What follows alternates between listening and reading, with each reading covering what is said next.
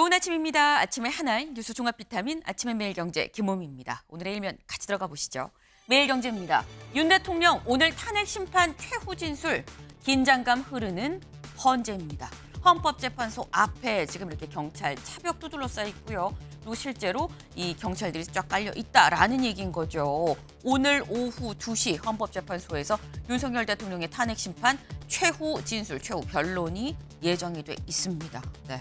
근데 지금 긴장감이 흐르는 이유, 탄핵 찬반 지지자들이 혹여나 난입할 수도 있고요. 아니면 서로 간 충돌을 할 수도 있으니까 그래서 지금 긴장감이 감돈다라는 건데 이렇게 모두의 관심이 쏠린 윤 대통령의 최후 진술. 윤 대통령은 이 최후 진술을 위해서 막판까지 이걸 고민했다고 합니다. 다음 기사 볼까요? 서울신문입니다. 윤, 오늘 최후 변론, 임기 단축 개헌 막판 숙고입니다. 네, 윤 대통령 오늘 최후 변론이 있는데 여기에 임기 단축 개헌을 넣을지 말지 막판까지 고심을 했다라는 거예요. 이걸 좀 보겠습니다. 여권에서 임기 단축 개헌, 조기 퇴진, 권력 이양 등 다양한 의견이 전달이 됐고 윤 대통령은 이 의견들을 검토한 걸로 전해졌다. 윤 대통령 측 관계자 뭐라고 얘기를 했느냐. 임기 단축 개헌을 포함해서 여러 가지 방안을 다 논의 중이다라고 얘기를 했다라는 거죠. 사실 윤 대통령 조건부로 뭘 걸고 할 사람이 아닙니다라고 윤곽근 변호사. 사실 임기 단축 개헌 언급에 대해서는 딱 선을 확실하게 그었는데 지금 이 내용을 보면 가능성이 전혀 없는 것 같지는 않다라는 생각이 좀 듭니다. 오늘 최후 진술에 어떤 내용이 들어갈지 잠시 뒤에 대담으로 좀 짚어보겠습니다. 다음 기사 볼까요? 조선일보입니다. 트럼프의 민노총 4조 공장 문 닫았다. 4조 공장, 연매출 4조 공장이 문을 닫았다라는 거죠. 이게 무슨 공장이냐? 현대제철을 얘기를 하는 겁니다. 여기 좀 같이 볼까요? 현대제철 일부 공장 직장 폐쇄, 노조 성과급 더 올려라 파업을 했다라는 거죠. 네, 지금 현재 사측이 제시한 성과급이 2,600만 원인데 이거 말고 좀 더 올려달라라는 게 지금 사측의 요구다라는 겁니다. 부분 파업을 하니까 여기에 대해서 부분 직장 폐쇄로 맞대응을 했다라는 건데 장군, 멍군 같은 느낌이 없잖아 있습니다. 이 직장 폐쇄라는 게 이 사태가 지금 길어진다고 한다면 이건 서로의 그 입을 물고 놓지 않는 이 도요새와 조개의 우화가 있죠. 그것처럼 둘 다 말라 죽을 수도 있다라는 걸 양측이 다 같이 알아야 되지 않나라는 생각을 좀 해봅니다. 다음 기사 볼까요? 경향입니다. 주식시장 공매도 전 종목 전면 허용입니다. 언제부터? 내달 다음 달 3월 31일부터 전면 허용된다라는 겁니다.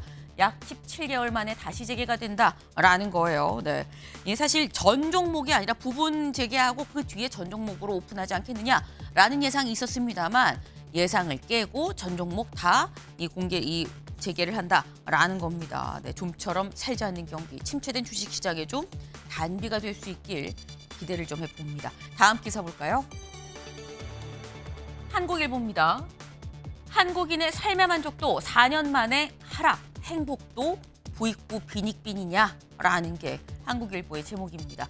이 통계청에서 이 삶의 만족도 조사를 좀 했습니다. 삶의 만족도 조사를 해봤더니 재작년 6.4점이었었는데 이 OECD 38개 국가 중에 33위였었다라는 거죠. 지금 보니까 여기 그래프를 좀 같이 볼까요? 네, 지금 삶의 만족도 계속 꾸준하게 좀 조사를 해왔었습니다. 근데 여긴 좀 낮았어요. 19년, 20년. 왜? 이때는 긴 터널이라고 표현을 하기도 했었던 코로나 시국이었었죠. 이때 삶의 이 만족도가 상당히 떨어졌었지만 하지만 그 이후에 해마다 조금씩 올라갔습니다. 다시 회복을 하고 있었는데 다시 이번에 꺾였다. 꺾여서 6.4점이다라는 거예요. 네. 특히나 삶의 만족도가 떨어진 것도 떨어진 건데 뭐가 문제냐? 부익부 빈익빈이라는 얘기가 나옵니다. 빈곤층과 부유층의 격차. 빈곤층이 느끼는 삶의 만족도와 부유층이 느끼는 삶의 만족도, 월 수입 100만 원 미만과 월 수입 600만 원 이상인 사람의 만족도 격차가 1년 사이 0.6에서 0.9로 훅 늘어났다라는 겁니다. 네, 행복도 부익부 빈익빈인 거냐라는 제목이 상당히 좀 씁쓸하게 느껴지네요. 다음 기사 볼까요? 네, 한겨레입니다. 독일 다시 보수 정권. 메르츠 차기 총리 유력입니다. 독일의 총선이 시행이 됐습니다. 그리고 총선 결과 지금 볼까요? 이 기독민주당과 기독사회당 연합입니다. 연합이 같이 총선 1위를 했다라는 거죠. 이 둘의 이 성향이 이 보수 정권인데 일단 보수 정권이 1위를 한 것도 한 거지만 더 눈길이 가는 대목은 요거다라는 거죠. 밑줄 같이 볼까요? 독일을 위한 대안, 극우 정당입니다. 가장 오른쪽에 있는 정당을 얘기를 하는데 극우 정당인데 2차 대전 뒤에 처음으로 연방의회 2당으로 올라섰다라는 거죠. 네. 트럼프 대통령 자신의 SNS에 독일한테 참 좋은 날이군요 라는 글을 썼다고 합니다. 미국에 이어 독일도 오른쪽으로 좀 쏠리는 모습이 보이는 것 같다라는 생각을 좀 해보네요.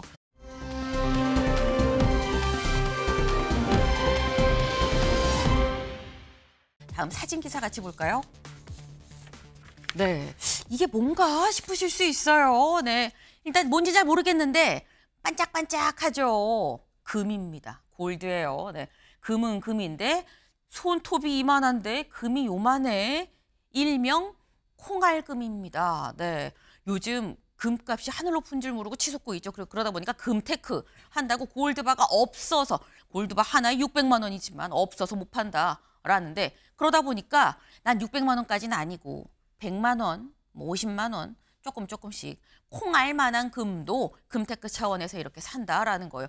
손톱에 비하면 요만한데 여기 좀 볼까요? 이게 뭐냐? 쌀알입니다. 쌀알이랑 비교해서 비슷한 크기 이렇게 정말 작은 어떻게 보면 콩알보다도 더 작은 금까지도 산다라는 거예요. 이거 사도 어디 굴러가서 잃어버리지 않게 참 조심해야겠다라는 생각이 좀 드네요.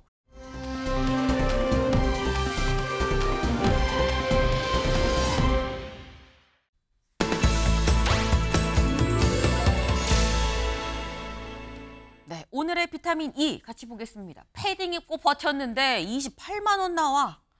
1월 분 난방비 폭탄에 곳곳서 신음소리가 울려 퍼진다라는 겁니다.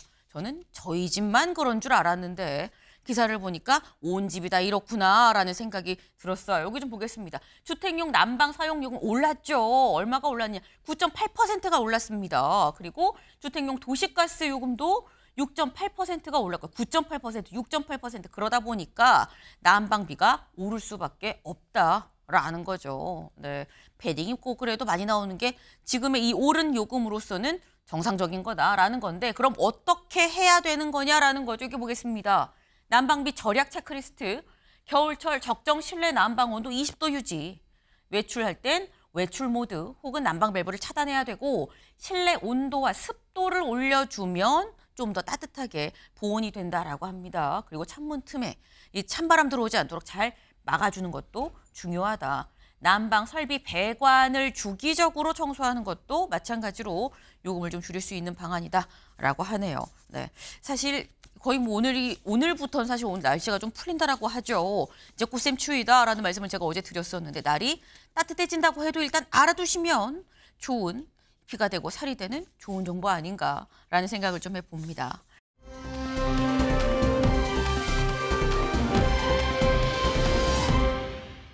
네, 다음 눈길 가는 기사 같이 볼까요?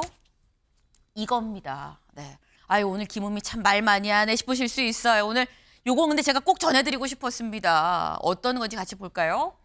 덕분에 살아있어요. 라면 한 개 외상한 청년 취업 뒤 20만 원 보훈입니다. 네, 같이 볼까요? 네, 이 부천시, 이 경기도 부천시 원미구에 있는 한 슈퍼마켓입니다. 근데 이 슈퍼마켓에 요길 좀 보겠습니다. 거의 매일 캔커피 한 500원짜리 캔커피 하나를 카드로 사던 단골 20대 청년이 있었다라는 거죠. 그런데 2023년 12월에 라면 하나만 카드도 아니고 이제 외상으로 좀 주실 수 있을까요? 라고 조심스럽게 부탁을 해왔고 그래서 딱하게 여겨서 라면, 즉석밥, 즉석 카레 등등을 좀 챙겨줬다라는 거예요. 당시 형편이 썩 좋지 않았다라는 거를 이 단골, 이 슈퍼마켓 부부는 알고 있었던 거죠. 그런데 그리고 난 다음에 대략 한 6개월이 지나서 작년 6월쯤 이런 편지를, 이 봉투를 같이 보내왔다라는 겁니다. 여기 좀 같이 볼까요? 뭐라고 적혀 있느냐. 많은 금액은 아니지만 두 분 외식하실 때 보태어 쓰시면 기쁠 것 같습니다. 라는 거예요. 그러면서 덕분에 살아있습니다. 감사합니다. 라고 이런 편지를 같이 썼다라는 라고 합니다. 네, 덕분에 살아있습니다. 가슴이 뭉클, 또 울컥해지는 한마디죠. 아직 세상은 따뜻하다. 네, 참 상투적인 말입니다만 그럼에도 불구하고 꼭 듣고 싶었던 얘기, 오늘의 눈길입니다. 네, 아침의 매일경제 뉴스종합 비타민 언제나처럼 TV로 크게 보시다가요. 궁금한 점 유튜브 댓글로 남겨주시면 같이 좀 얘기를 해보겠습니다. 함께해 주실 분들 소개합니다. 안녕하세요. 네, 반갑습니다.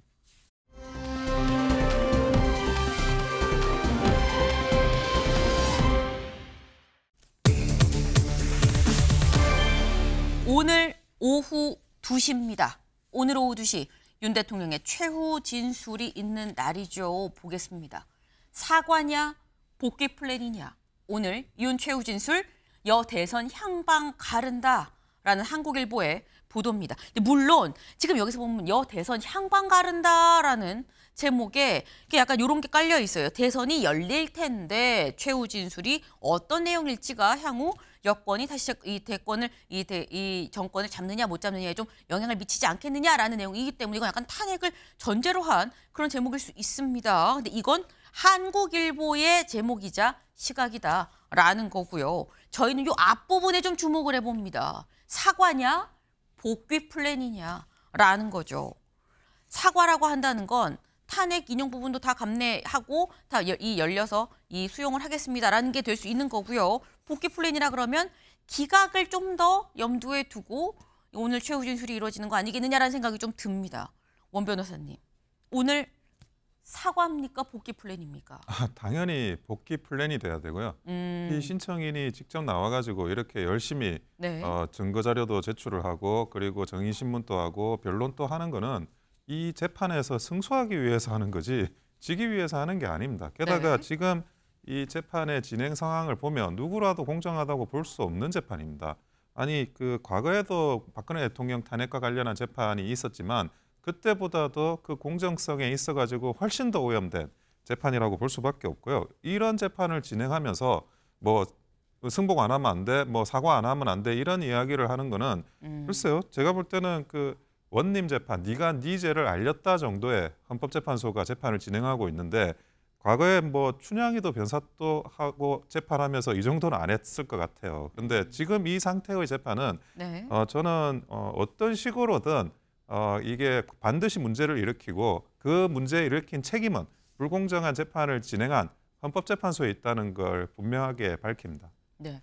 지금 말씀은 지금 헌법재판소나 뭐 그 밖에 다른 뭐 야당을 중심으로 해서 얘기를 하는 게 답정너로 원님 재판처럼 다 네 죄를 네가 알렸다라는 식으로 좀 진행이 되고 있는데 이거 불공정하다. 이거 다 결국 본인한테 부메랑으로 돌아오지 않겠느냐라고 말씀하셨거든요. 장 변호사님. 네, 그런데 이 윤석열 대통령이 사과 메시지를 난다는 건 죄 자체를 뭐 인정한다 이렇게 해석되기보단 지금까지 변론 과정에서 보여줬던 윤석열 대통령이 보여준 여러 모습들, 이를테면 강성 지지층을 향해서 애국 시민이라고 하면서 독려하고 이러면서 우리 사회가 완전히 두동강이가 났습니다. 정치적으로 그렇게 됐다는 거예요.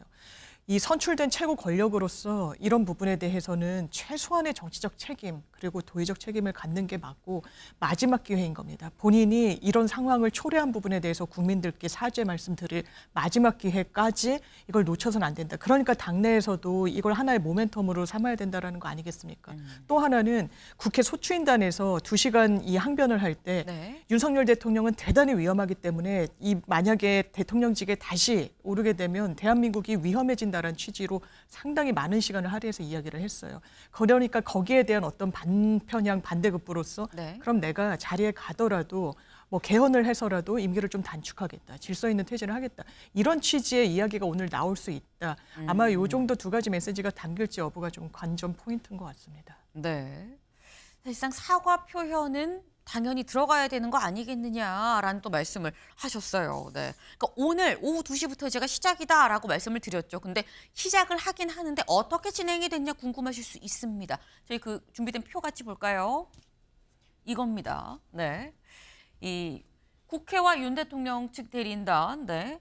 이 종합 변론이 있습니다. 각 2시간씩. 그리고 난 다음에 국회 측이죠. 정청래 이 국회 법사위원장, 그러니까 소추단장인 정청래 의원이 최후 진술을 합니다. 시간은 무제한이다. 그리고 난 다음에 윤 대통령의 최후 진술이 또 있습니다. 이건 역시 무제한이다라는 거예요. 이렇게 되면 각각 2시간, 4시간, 4시간하고 무제한, 무제한. 그리고 난 다음에 뭐 선고기일이 지정이 될 수도 있고요. 아니면 추후에 다시 통지가 있을 수도 있고 그 뒤에 추측컨대 3월 중순에 아마도 뭔가 이 결론이 나지 않겠느냐라는 예상이 있다라는 거죠. 근데 여기가 지금 다 약간 그냥 무제한 지금 이렇게 나왔거든요. 원 변호사님. 오늘 2시부터 시작을 하면 사실 저녁도 먹어야 되고요. 그 시간이 계속 마냥 늘어질 수는 없는 건데 오후 시작이기 때문에 얼마나 소요가 될 걸로 예상을 하십니까? 저는 뭐 저녁 시간까지 갈 가능성은 있을 것 같아요. 왜 그러냐면 그 사실은 정청래 국회 법사위원장의 최후 진술은 네. 그동안 그 국회 소추 과정에서 있었던 진술을 조금 더 구체화하는 수준의 진술이 될 것 같아서 무제한으로 그 시간을 허여를 한다 그러더라도 별로 나올 이야기가 없어요. 네. 사실은 뭐 그 소추 의결서 이 정도 수준을 넘어서지는 않을 것 같은데 문제는 그 윤석열 대통령의 최후 진술이야. 과거에 이제 변호인단과 관련해 가지고 계속 이제 정인신문도 하고 그리고 그 뭐 변론 또 진행을 했지만 네. 그것이 대통령이기 때문에 대통령만 알 수 있는 그런 정보가 사실 나온 적은 없어요. 그러니까 뭐 사람들이 잘 몰랐던 정보는 있을 수 있을지언정 네. 그런 정보들은 어쨌든 수면 위에 공개가 됐었던 그게 뭐 재판 과정에서 공개가 됐었더라든지 조서 형태로 남아 있더라든지 그러니까 그게 아예 기밀 정보가 있거나 그런 건 별로 없거든요. 근데 이번에 대통령만이 알 수 있는 그런 정보들이 과연 이 대통령의 최후 진술로 나올 수 있느냐? 그러면 그 진술에 대해서 새로운 이제 정보가 나온다면 네. 설명을 많이 하셔야 돼요. 그쵸. 갑자기 나와가지고 그 앞뒤 전개를 전부 이렇게 맥락을 설명하셔야 되니까 네. 그 부분에 대한 설명의 시간이 굉장히 길어질 것 같고 거기에 관련해서 재판관들의 질문이 있을 수도 또 있습니다. 갑자기 새로운 이슈가 등장을 하면. 최후 진술 중에도 질문할 수 있는 건가요? 그럼요. 예, 그래서 그런 부분들에 대해서 대통령께서 또 합리적인 답변을 또 내놓으셔야 되고 네. 그 준비 자세가 또 돼 계셔야 되고 그런데 정치적인 메시지도 필요하거든요. 지금 재판을 진행하면서 네. 재판이라는 것은 옛날 것만 지적하는 건데 앞으로 미래지향적인 결국 이게 뭐 헌법재판이 탄핵재판이 정치재판일 수밖에 없기 때문에 네. 그런 부분도 포함이 되면 내용이 많아질 것 같습니다. 지금 말씀하신 걸 잘 들어보니까 조목조목 요것도 얘기해야 되고 이것도 얘기해야 되고 이거 얘기하려니 앞뒤 얘기도 해야 되고 하니까 뭐 상당히 좀 대통령의 최후 진술이 좀 길어질 수도 있다라는 말씀이 오늘 그럼 늦게까지 밤늦게까지 지금 진행이 되는 건가라는 생각이 얼핏 좀 듭니다. 네. 그러니까 소요 시간이 얼마나 될지는 사실 지금 무제한으로 되어 있는 정청래 소추 단장과 윤석열 대통령의 최후 진술의 이 길이가 얼마나 되느냐에 지금 달려 있다라고 봐야 되는 건데 오늘 이 최종 변론 몇 명이 신청을 해서 얼만큼의 경쟁률을 보였느냐 같이 볼까요? 오늘 11차 변론 기일이죠. 마지막 변론 기일입니다. 방청진에 총 20명 들어갔는데 1,868명에서 93.4대 1의 경쟁률을 보였다 그래요. 그러면 이걸 좀 비교를 해본다면 1차 변론 기일일 때는 이때는 9명 들어가는데 2만 명이 넘는 사람이 신청을 해서 2,251.5대 1이었다. 그러니까 약간 다소 1차 때랑 비교를 하면 물론 11차까지 간 면이 없잖아 있긴 해 보입니다. 그래서 이 차수가 좀 진행이 되고 또 방송사에서 저희가 생중계로 또 전해드리기도 하죠. 그러다 보니까 이게 또 다소 좀 경쟁률이 좀 줄어든 면이 없지 않아 있긴 있다라는 생각도 좀 같이 드는데 사실 이게 좀 경쟁률이 중요한 게 아니라 오늘 그래서 진술에 무슨 내용을 하느냐가 사실 중요한 거죠. 저희가 복귀냐, 뭐 복귀 플랜이냐, 사과냐 이 얘기를 지금 두 가지를 놓고 지금 얘기를 했습니다만 사실 뭐라고 딱 요거 하나요라고만 집어서 얘기를 할 수 없는 게 다음 기사를 좀 볼까요? 윤 구질구질한 스타일 아니다. 임기 연연해 하지 않아. 라고 얘기를 했답니다. 누가 얘기한 거냐? 윤 대통령이 지금 현재 변호인단 중 한 명이 익명으로 한 얘기예요. 구치소에 있는 윤 대통령을 만나서 얘기를 나누고 난 뒤에 한 얘기입니다. 윤 대통령 구질구질한 스타일 아니다. 임기 연연해 하지 않는다라고 얘기를 했다라는 건데 여길 좀 볼까요? 윤 운명의 날 최측근이 전한 심경. 옥중에선 담담하나 분노를 참고 있다. 탄핵 당할 만큼 잘못했다고 생각 안 하고 있다. 하야설은 야당의 사악한 상상력이다. 라고 얘기를 했다라는 거죠.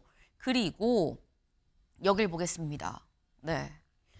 기각이 될 경우 직무에 복귀해서 어떤 일을 하겠다고 약속을 합니까? 오늘. 그러니까 오늘 최후 진술에서 남은 기간의 정치 일정이랄까 복귀 후 앞으로의 구상을 얘기를 한다. 복귀 후 앞으로의 이 어떤 큰 틀에서 방향을 제시하지 구체적으로 어떤 워딩을 할지 내가 좀 언급하기가 조심스럽다라고 얘기를 해요.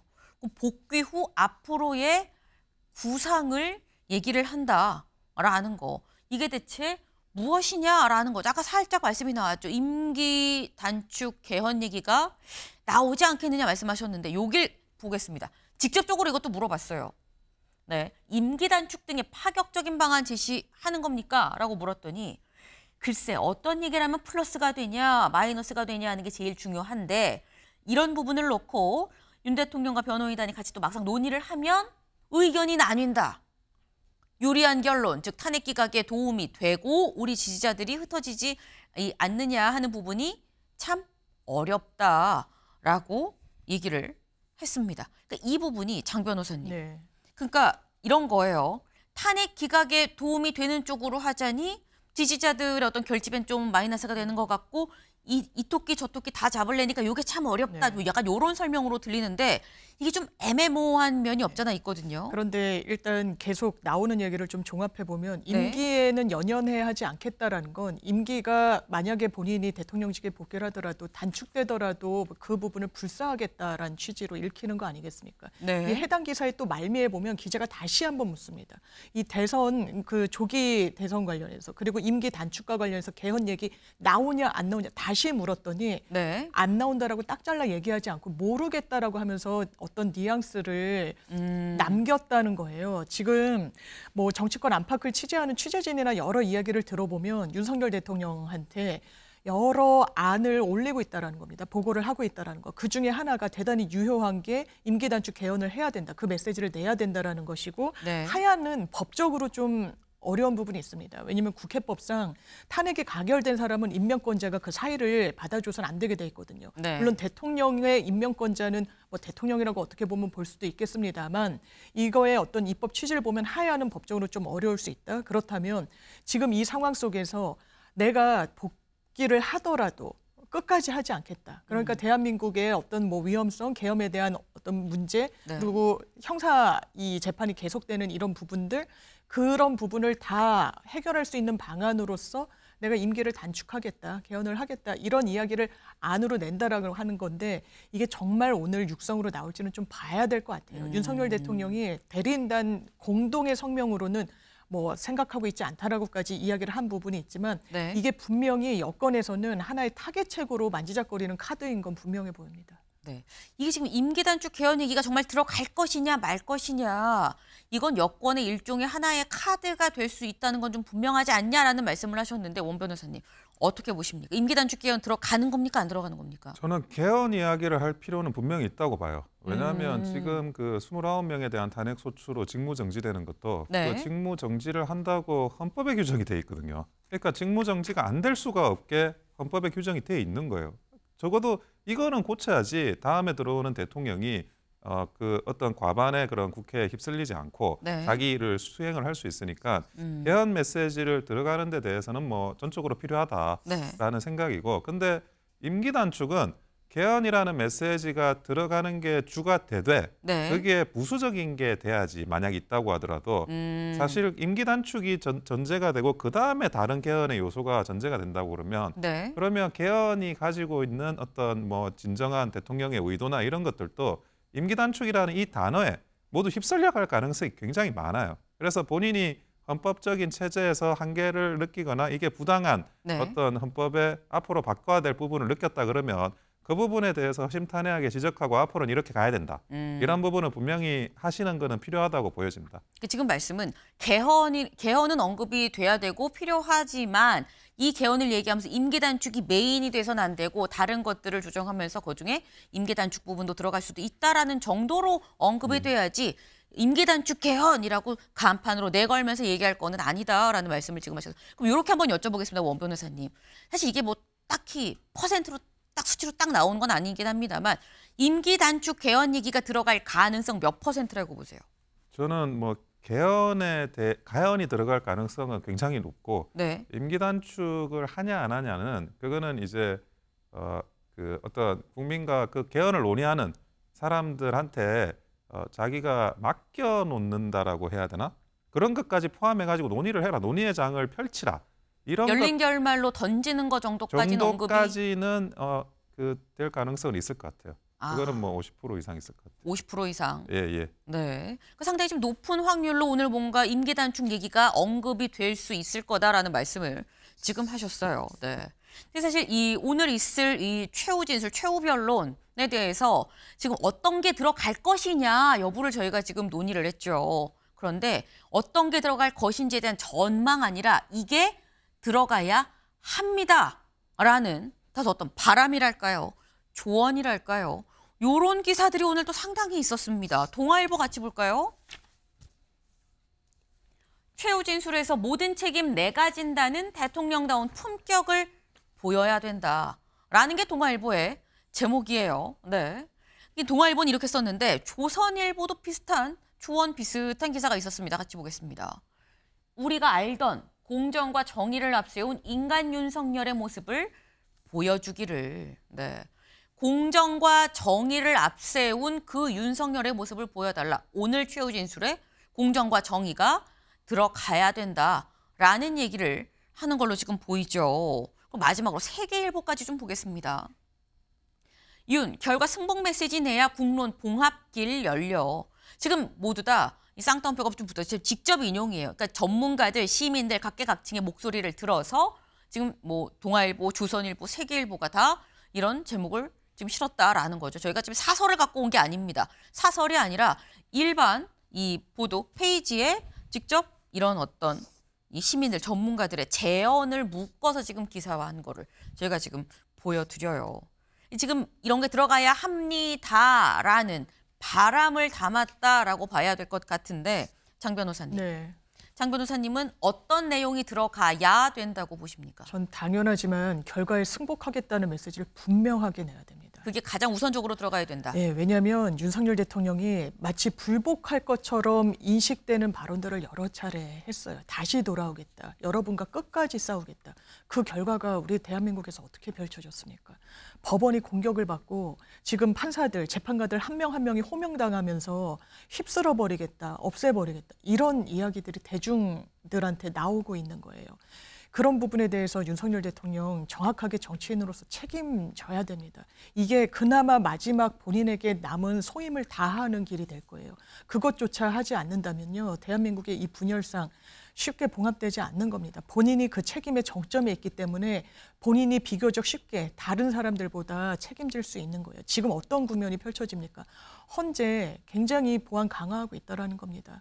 왜냐하면 사람들이 막 모의한다, 또 폭동을 뭐 예비한다, 이런 우려들이 나오고 있거든요. 네. 여기에 윤석열 대통령이 가장 그러면 안 된다. 내가 어떤 결과가 나오든 승복하겠고 앞으로 대한민국이 나아갈 길은 통합이다. 분열이 아니라 공정과 상식이 잘 기능하는 그런 대한민국으로 만들겠다고 본인이 처음에 정치할 때 내걸었던 그 기치를 다시 한번 본인의 어떤 마침표로서 환기시켜야 됩니다. 그게 그나마 지금까지 지었던 어떤 무책임에 대해서 회복할 수 있는 유일한 길이라고 생각합니다.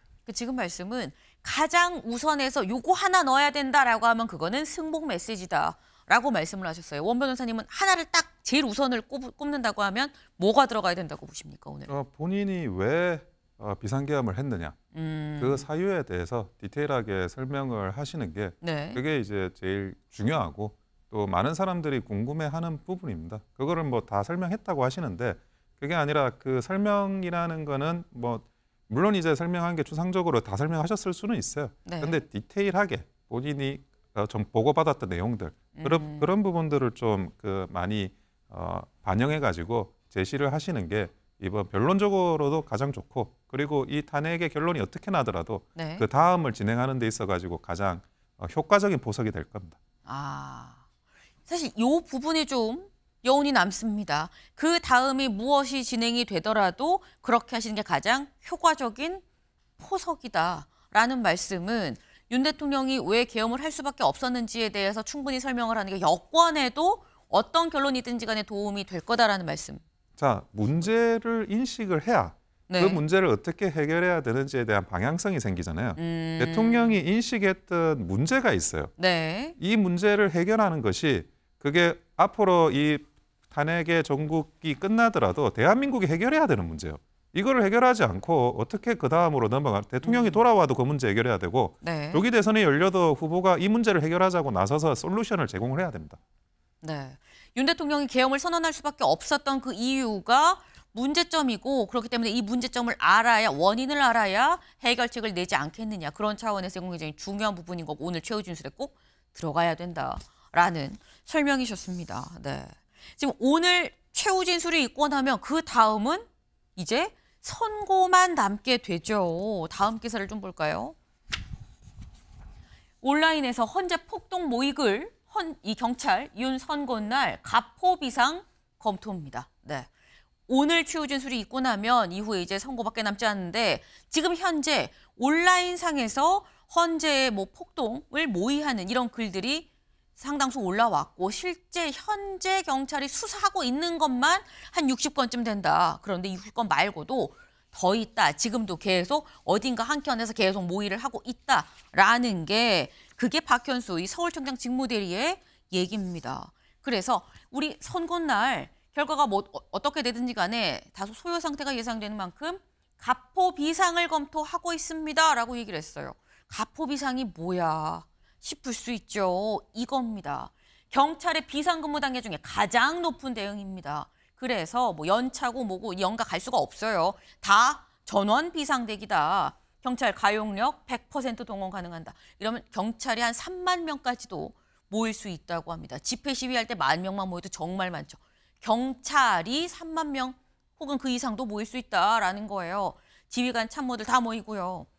대규모 집단 사태나 치안 질서가 극도로 혼란스러운 상황에서 발령을 한다라는 건데 선고날 이럴까 우려되니까 발령하는 거 아니겠습니까, 장 변호사님? 당연하죠. 왜냐하면 지금 이 부분과 관련해서 완전히 수용이 가능할까. 그리고 이 절차에 대해서 지금까지도 문제 제기를 하니까 지지층들은 흥분할 수밖에 없는 겁니다. 왜냐하면 이게 헌법재판관 개개인이 그 절차가 잘못됐기 때문에 내가 파면이 되는 거다. 이런 불복의 메시지를 지금까지 사실상 켜켜이 쌓아왔거든요. 거기에 지지층들이 이런 식으로 호응하는 거고 그러니까 경찰력, 물론 박근혜 전 대통령 탄핵 당일에도 워낙에 이게 국가 사실상 비상 상황이기 때문에 가포 비상을 선언하고 3만 명 전체를 가용할 수 있는 그런 위기로 인식하고 있는 겁니다. 그게 다시 재현된다는 건 정말 대한민국의 비극이라고 할 수 있는 거고요. 그렇기 때문에 윤석열 대통령의 승복과 통합의 메시지가 더 필요한 시점이다 이렇게 생각합니다. 네. 그런 우려 때문에 윤 대통령의 승복 메시지가 필요한 거 아니겠느냐. 박근혜 전 대통령 선고 날에도 가포 비상이 발령이 됐었습니다. 그런데 사실 원 변호사님, 박근혜 전 대통령 때와 지금의 상황은 또 다르다. 지금은 더 많이, 그때보다 더 많이 양극화되어 있는 거 아니겠느냐라는 말들이 나오거든요. 근데 저런 그 가포 비상 사태에 대해서 네. 어떤 폭통이나 뭐 폭력 어떤 경우에도 있어서는 안 됩니다. 그거는 분명히 말씀드리고 네. 그래서 이제 이 많은 언론들도 그 승복을 좀 하는 메시지를 냈으면 좋겠다 이렇게 이야기를 하는데 그거는 거꾸로 공정하게 재판을 진행하는 걸로 어떤 폭력 사태나 폭동을 막으려고 해야지 본인들이 그 불공정한 재판을 이미 진행해 놓고 거기에 그 국민들이 불만을 가지면 그거는 경찰력이라는 공권력으로 제압을 하려고 그러고 그거를 과연 정당한 어떤 그 대응이라고 볼 수 있는지 그리고 뭐 지금 언론들 이야기하는 것도 이재명 대표의 민주당이 29번 탄핵 소추할 때 그거 잘못됐다고 이야기한 적 있을까요? 없어요. 이분들은 지금 와가지고 좋은 게 좋은 거다라고 이야기하는 거예요. 보니까 아니 그 문제 안 삼으면 되지 않냐 너 혼자 이런 정도의 이야기를 하는데 네. 이런 그 정치 원로 정치인들의 기회주의적인 처신이 이런 현재의 그런 전국의 위기를 더 불러왔다 그렇게 보여집니다. 지금 원 변호사님은 지금 헌재가 불공정하게 진행을 하고 있는 부분에 대해서 명확하게 짚어야 된다라고 말씀을 하셨어요. 다만 그럼에도 불구하고 폭력은 어떤 경우에도 안 된다라는 말씀도 같이 힘주어서 말씀을 하셨습니다. 오늘 오후 2시부터 시작되는 윤 대통령의 최후 진술 어떤 내용이 담길지 주목이 됩니다. 다음으로 넘어가 볼까요?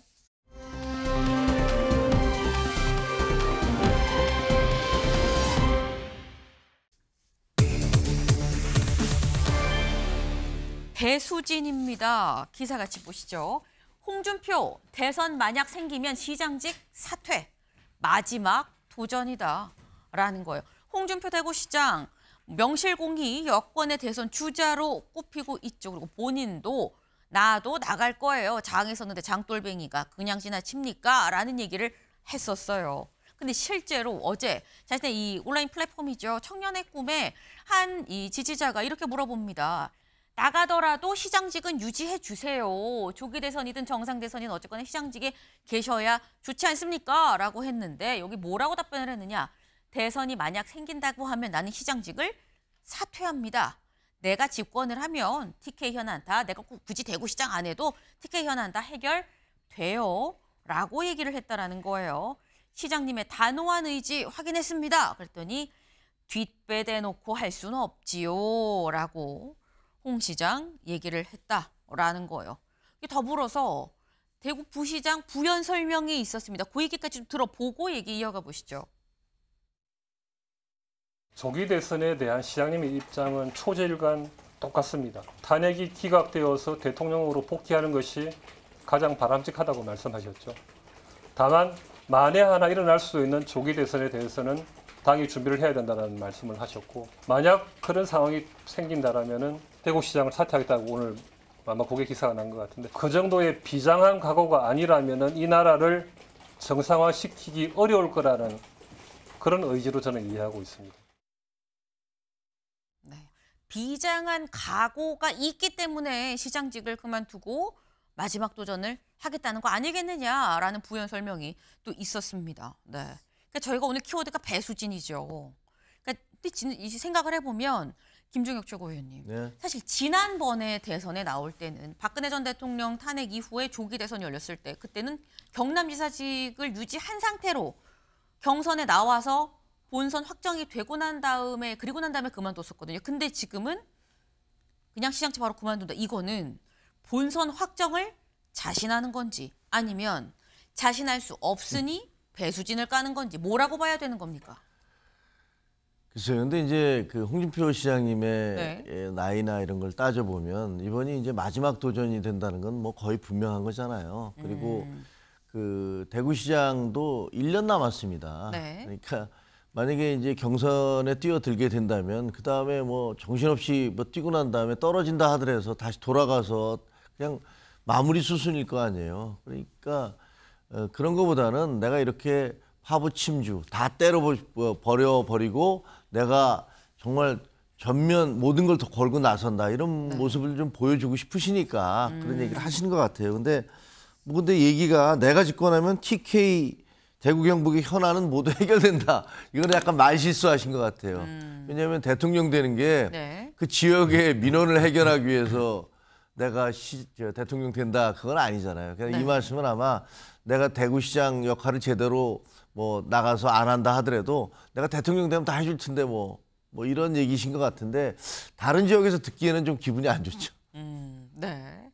사실 홍 시장의 어떤 나이나 이런 걸 생각을 할 때 가장 마지막이기 때문에 뭐 굳이 이 대구시장 1년 더 남았는데 여기까지 이 남긴 그 뒤후위를 생각하지 않지 않겠느냐라는 말씀을 하셨어요. 마지막 대선 도전이니까 좀 납득이 된다라는 취지의 말씀이신 건데 조선일보 기사 같이 볼까요? 조선일보는 이렇게 제목을 뽑았습니다. 윤 최종 변론 앞두고 홍 대선 땐 시장 사퇴. 살짝 조선일보의 제목에 뼈가 없잖아 느껴져요. 윤 대통령 최종 변론이 있는데 그거 앞두고 D-1일 어제 대선 땐 시장 사퇴한다라고 얘기한 거냐라는 취지로 사실 보이긴 보이는데 또 이게 소영주 대변인님. 네. 홍 시장 입장에선 아니 청년의 꿈에 누가 물어보니까 내가 답을 한 건데 그걸 갖고 뭐 이렇게 뽑아라고 생각할 수도 있거든요. 어떻게 보십니까? 그러니까 지금 국민의힘의 전체 그 지금 대선을 준비하는 후보들 물론 이제 안 낼 수는 없지만 사실상 정치 도리상은 본인들의 귀책 사유잖아요. 윤석열 대통령 본인들이 제출한 대통령이 내란을 저질러서 예를 들어서 탄핵이 인용이 되고 형사재판으로 또 어떤 처벌을 받게 되면 후보를 내야 되는 게 맞나라는 생각 정도 할 수 있어요. 근데 일단은 우선 국민들한테 사죄를 한 다음에 그 부분에 자기의 대선 출마 의지를 밝혀야지 그냥 뭐 집은 망하든 안 망하든 상관없이 그냥 나가서 나 좀 대통령 되고 싶어 이런 느낌이에요. 앞다퉈서. 그래서 좀 국민들 눈높이는 안 맞는 것 같고 홍준표 대구시장은 어차피 송내는 나 대선 나고 싶어 죽겠어. 이런 얘기 많이 했잖아요. 한동훈 전 대표한테 했을 때도 왜 그렇게 모질게 했겠어요. 본인의 잠재적인 그 대선 경쟁자였기 때문에 그렇게 모질게 했고 지금 이제 표정 관리하면서 대선에 대해서 대선 때 시장 사퇴하겠다고 하는데 저는 좀 비판을 하고 싶은 부분들은 이제 여야망론하고 지자체장들이 대선 나올 때 그 직을 유지하는 부분들은 좀 제도적으로 확실하게 했으면 좋겠어요. 그러니까 지자체장이라는 거는 그 지역에 있는 이 유권자들과 주민들을 돌봐야 될 책임이 있잖아요. 그런 작은 책임자체도 등한시하고 그냥 큰 물에서 놀겠다고 버려버리면 이 사람을 왜 뽑아줘야 되죠? 전 그래서 일단은 이 대선 출마를 하게 되면 자동적으로 임기에 대해서는 그 직에서 사퇴가 되는 걸 해야 되는 것이고 경선조차도. 그다음에 향후에는 저는 그 지자체장으로 입문할 때 대선에 대한 부분들도 좀 처음부터 좀 제도를 걸어놨으면 좋겠어요. 그러면 이게 지자체는 지방자치분권 주장하면서 본인들의 그 도정골뱅이나 이 시정 공백을 등한시하는 것들 저는 이 부분도 좀 국민들 보기에는 볼성사납지 않았을까 그래 보입니다.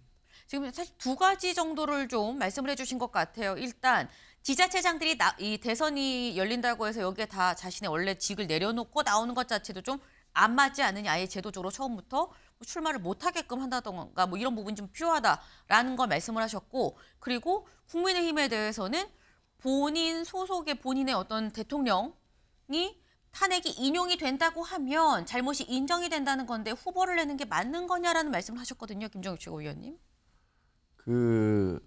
뭐 당에서 후보를 안 낸다는 거는 말은 안 되는 것 같고요. 그리고 뭐 우리 당에서 그 비상계엄에 대해서 찬성한 분들만 있는 건 아니잖아요. 거기에 대해서 반대하고 맞서고 옳지 않다고 주장한 분도 있으니까 그렇게 일방적으로 얘기하기는 좀 어려울 것 같은데 사실 저는 걱정은 이게 오세훈 시장님, 서울시장님 그리고 홍준표 대구시장님은 실제로 몸을 푸고 있나 보다라는 뭐 사인이 여기저기서 감지되고 있는 거잖아요. 근데 이 두 분뿐만이 아니고 소문에는 이거 소문입니다. 뭐 이철우 경북지사라든가 유정복 인천시장이라든가 이런 분들도 아마 생각이 좀 있는 것 같다. 이런 얘기들이 막 돌잖아요. 기자들도 얘기를 하고 있고. 그러면 자칫하면 네 분의 우리 시장 도지사가 뭐 대선에 나가겠다, 뭐 경선에 나가겠다 이렇게 얘기가 나오면 국민들이 그걸 어떻게 얘기를 할지 뭐 다 그만두고 도정이라든가 시정 이런 거 어떻게 하라는 거냐 뭐 이런 비난이 나올까 봐 사실은 좀 그게 걱정이 좀 되긴 하죠. 이 두 분이 공통적으로 하시는 말씀이 지자체장이 그 직을 유지하는 상태에서 이렇게 뭐 나온다, 뭐 대선에 지금 나온다라 이런 부분들이 자칫 여론에 어떻게 비춰지겠느냐라는 점을 좀 지적을 하신 걸로 지금 보입니다. 지금 이 말씀처럼 상당히 많은 이 주자들이 거론이 되고 있죠. 여권에서도 많은 주자들이 좀 거론이 되고 있습니다. 사실 민주당 쪽은 이재명 대표로 위시하고 그 위에 뭐 다른 사람들이 과연 뭐 제2의 대안으로 될 수 있을까라는 얘기가 나오는 이 상황이지만 국민의힘 쪽에서는 상당히 많은 후보들이 언급이 되고 있어요. 지금 저희가 홍준표 시장을 얘기를 했습니다만 사실 여기 볼까요? 김문수 턱걸이 영상 올리고 오세훈은 자서전 출간 준비. 김문수 장관, 오세훈 시장도 다들 뭔가 몸을 풀고 있는 거 아니겠느냐라는 얘기가 나오는 거죠. 김문수 장관은 턱걸이 영상이 무슨 얘기야? 그래서 저희가 준비했습니다. 같이 볼까요? 저 모습입니다. 김 장관 지금 양복 넥타이까지 했는데 열심히 지금 턱걸이를 하고 있어요. 저 진짜 어렵거든요. 전 사실 하나도 잘 하기 어려운데 제가 알기로는 김 지사가 지금 70이 넘은 나이예요.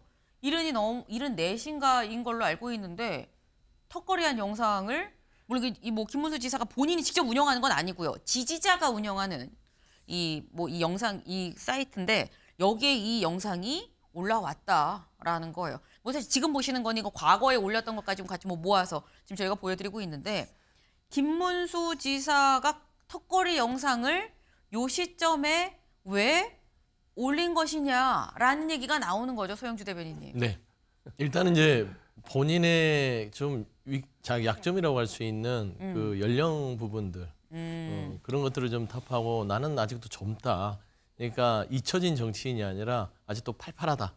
이런 걸 좀 보여주고 싶은 거는 아주 직관적으로 드러내는 거예요. 그래서 지금 뭐 아주 다들 탄핵에 반대하는 사람들이 국민들 앞에서 정말 염치 없다라고 생각밖에 안 듭니다. 왜냐하면 탄핵에 찬성을 해도 그 당내에서 반성과 성찰이 있은 후에 어떤 대권에 대한 조심스러운 행보를 하는 게 국민에 대한 예의 아닐까요? 그런데 그런 거 거두절미하고 탄핵에 반대하고 계엄은 뭐 옳았다는 식이었던 계엄을 옹호하고 내란을 옹호하는 사람들이 지금 대권 후보로 거론되니까 지금 아주 다들 즐거워하는 것 같아요.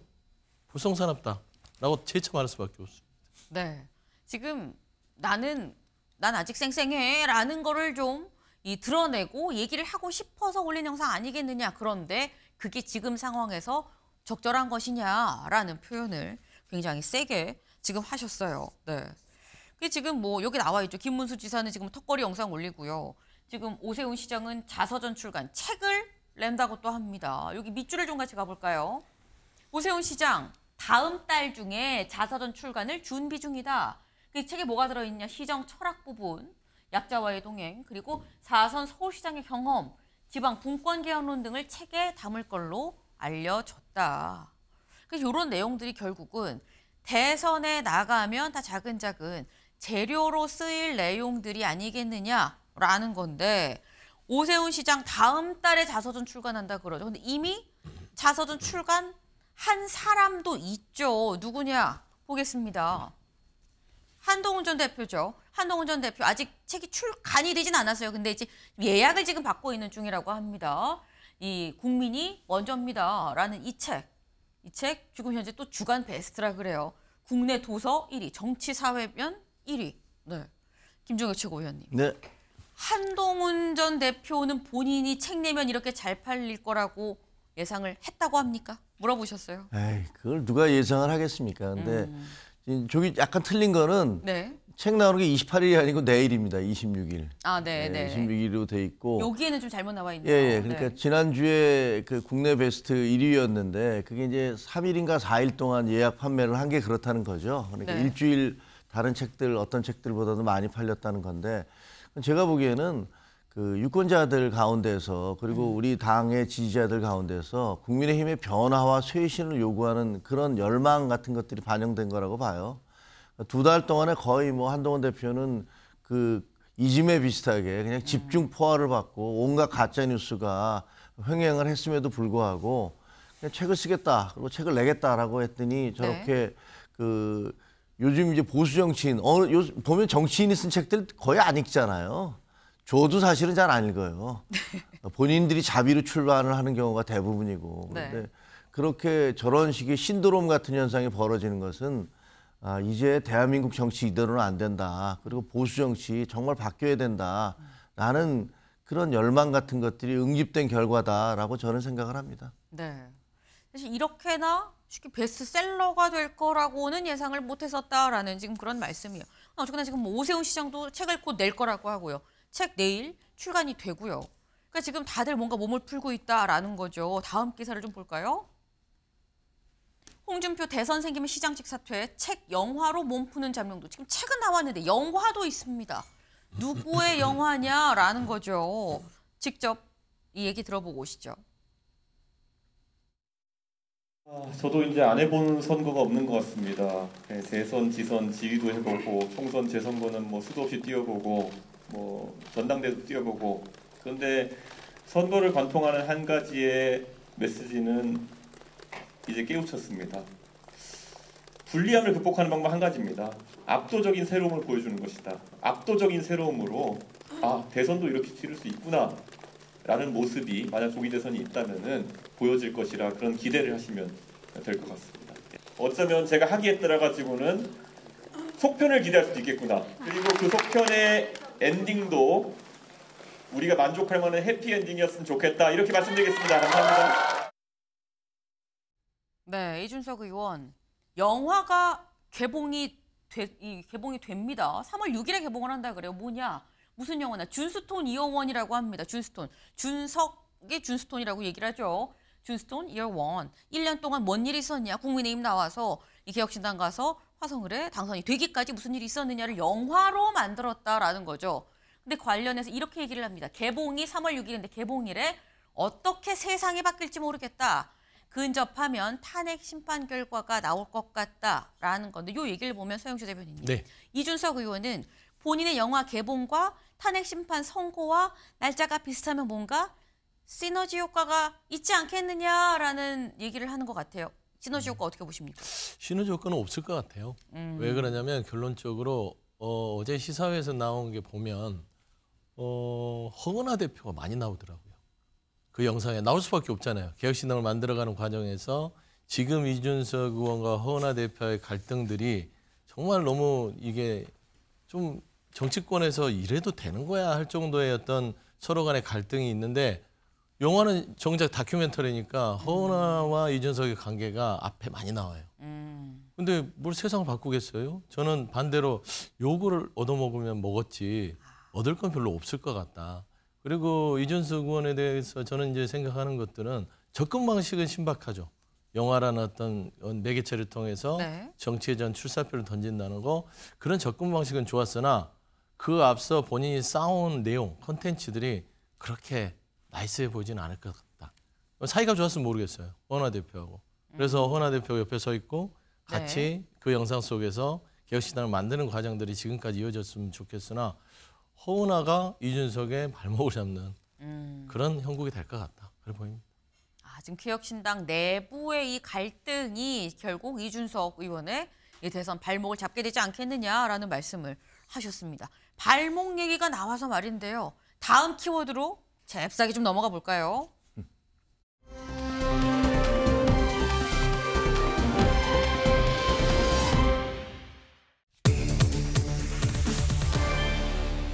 하루 5번 통화입니다. 이게 발목이랑 뭔 상관이야 싶으실 수 있는데 여길 보겠습니다. 여기 나오죠, 발목이. 홍발목 잡는 명태균. 하루 5번 통화합니다. 네. 지금 이 명태균 씨가 이렇게 얘기를 했다고요. 하루에 내가 5번 통화했다. 요 관련 녹취 민주당에서 공개를 어제 했는데요. 얘기 직접 들어보고 오시죠. 자기가 안 그랬나? 자기가 큰절 올리고 식사 대접하고 평생 형님으로 모시겠다 하면서 김종인은 내보고 그래 복당시키달라고 김종인 만나게 그래가 김종인 만나게 해줬잖아. 홍 대표가 하루에 5번씩 전화 왔어요 내한테. 네. 지금 명태균 씨가 얘기하죠. 홍 대표가 하루에 5번씩 전화 왔어요. 나한테 복당 힘써달라고 5번씩 전화 왔어요. 라고 지금 얘기를 한다라는 거죠. 근데 지금 분명히 홍 시장은 뭐라고 얘기를 했느냐. 내가 만난 적은 한 번도 없고 전화 한 통 안보 전화가 와서 그거 받은 적은 있다라고 얘기했는데 저한테 통 틀어서 얼굴 본 적도 없고 전화 한 통화 와. 하루에 5번 통화한 거랑 이거는 하늘과 땅 차이거든요. 김종혁 최고위원님. 누구 말이 맞는 겁니까?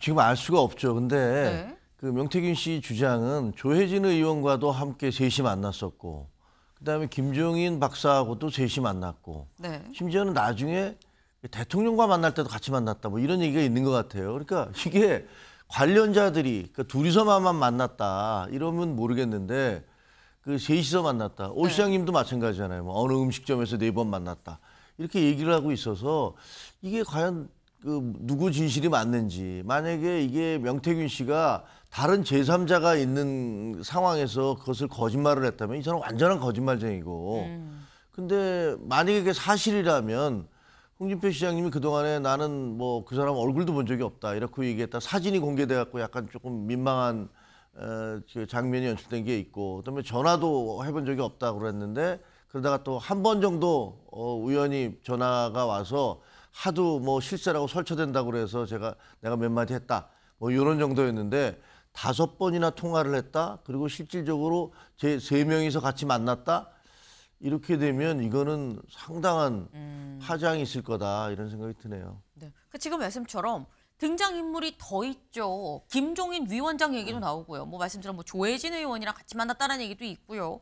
그리고 뭐 윤 대통령이랑 강남에서 만나니 뭐 이런 얘기도 지금 이 명태균 씨 쪽의 입을 통해서 주장으로 나오고 있는 상황입니다. 근데 지금 뭐 하루에 5번씩 통화를 했다고 치면 왜 통화를 그렇게 했느냐? 명태균 씨 얘기는 이런 얘기를 하고 있죠. 다음 기사 볼까요? 홍복당 내가 성사시켰다. 명태균 연일 여잠룡 의혹 폭로입니다. 홍준표 시장이 복당을 하는데 내가 연결을 해주고 힘을 쓴 거다. 그렇기 때문에 하루에 5번씩 나한테 전화한 거 아니겠느냐라는 거예요. 요 얘기의 신빙성 어떻게 보십니까, 선생님? 이게 명태균 씨를 보시죠. 네. 우리가 명태균 씨가 어떤 정치 브로커다 아니면은 그 여론 조작을 했기 때문에 이 사람 말은 신빙성이 없다라고 주장할 수 있죠. 그런데 사실상 들여다보면 명태균의 말이 허황된 게 있다 하더라도 그 골자가 없지는 않습니다. 최근에 보면 대통령 배우자였던 김건희와의 통화가 있다라고 주장했는데 음성이 나왔어요. 명태균이 없는 얘기를 하지 않는다라는 것을 우리가 단편적으로 볼 수 있죠. 그랬을 때는 지금 오세훈 시장도 책을 내고 있고 홍준표 대구시장도 뭐 시장직을 그만두네 만에 하고 있고 이준석 의원도 지금 영화 시사회를 하고 있는데 과연 명태균한테 자유로울 수 있을까? 라는 생각을 갖는 겁니다. 네. 죄송합니다. 그 명태균이라는 사람이 지금 현재 했던 말 하나를 기억해야 되는 게 돼지는 잔칫날 잡는 것이다. 그러면 이제 잔칫날이 다가오게 되는 것이고 저는 명태균이 지금 얘기하는 오세훈 시장한테는 그 식당을 특정했는데 네. 오세훈 시장도 그 특정한 식당을 부인하진 않았어요. 식당에서 안 만났다가 네. 아니라 그건 본질이 아니다라고 해요. 그건 만났네 생각이 되는 거고 홍준표 대구시장도 이거는 말도 안 되는 소리다. 나는 이 사람과 통화해 본 적이 없다 했는데 5번 통화했다고 해요. 그럼 황금폰에서 홍 시장이랑 통화한 내용이 녹취가 공개되면 그때는 뭐라고 할 겁니까? 그러니까 저는 그 어떤 법적 책임의 여부를 떠나서 네. 어떤 정치인이 자꾸 회피하고 거짓말하는 부분들이 치명상으로 오지 않을까라는 것이고 저는 홍준표 대구시장께서 이 부분은 클리어하게 명태균을 없애지 않으면 대구시장을 사퇴를 하더라도 그건 쉽지 않은 상황이 올 수도 있겠다. 네. 저는 일단 오세훈, 홍준표, 이준석 이 세 분은 정치를 하기에 앞서 명태균부터 털고 가야 될 좀 그런 난관에 처했다고 저는 평가합니다. 네. 근데 좀 약간 부연 설명 좀 드리자면 아까 말씀 중에 오세훈 시장이 왜 뭐 식당을 얘기를 했는데 식당에서 만난 적이 없다가 아니라 그게 본질이 아니라고 얘기하는 거냐 좀 수상하지 않느냐 말씀하셨는데 만난 적 없다라고 얘기를 한 바도 있다라는 것도 같이 말씀을 저희가 드려요. 근데 어쨌거나 뭔가 명태균이라는 사람이 얘기를 하는 게 100%다 거짓은 아닌 것 같지 않느냐 지금 나오는 뭐 정황들이나 이런 것들이 그렇기 때문에 거짓에 사실을 섞은 거든 사실 100%인지 이게 우리가 들여다 봐야 되는 거 아니냐라는 말씀인 거거든요. 김종혁 최고위원님. 아니 근데 저희가 이번 대선 전국에서 저희 당은 두 개의 커다란 지뢰 내지는 산이 있어요. 네. 하나가 계엄과 탄핵 이것에 대한 입장 그리고 그때 어떤 태도를 보여줬는지 네. 이런 것이 유권자들의 심판을 받을 것이고 또 하나가 좀 명태균 폭탄이에요.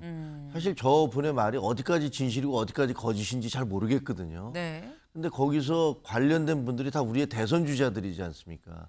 근데 그분들이 주장하는 양쪽의 주장이 너무나 첨예하게 맞서기 때문에 만약에 어느 한쪽에 거기서 만약에 거짓말이다라는 것들이 그 대표적인 예로 뭐 당장에 나 3명이서 만났어요라고 누가 얘기를 한다면 그러면 그 입장은 어떻게 될까요? 그럼 어떻게 보면 굉장히 큰 지뢰인 것이죠. 네. 그래서 이걸 어떻게 헤쳐나갈지 좀 지켜봐야 될 것 같아요. 네.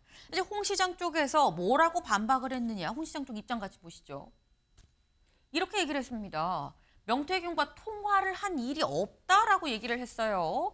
복당을 하는데 굳이 명태균을 거쳐야 할 아무런 이유가 없다. 왜 굳이 명태균을 거쳐서 복당을 하느냐? 그냥 복당하면 되지. 이 사람이 뭐라고 이렇게 얘기를 지금 한 거죠. 다시 말해서 명태균 씨가 거짓말을 하고 있다라고 지금 얘기를 하고 있는 겁니다. 근데 사실 여기서 드는 의문이 이런 거예요.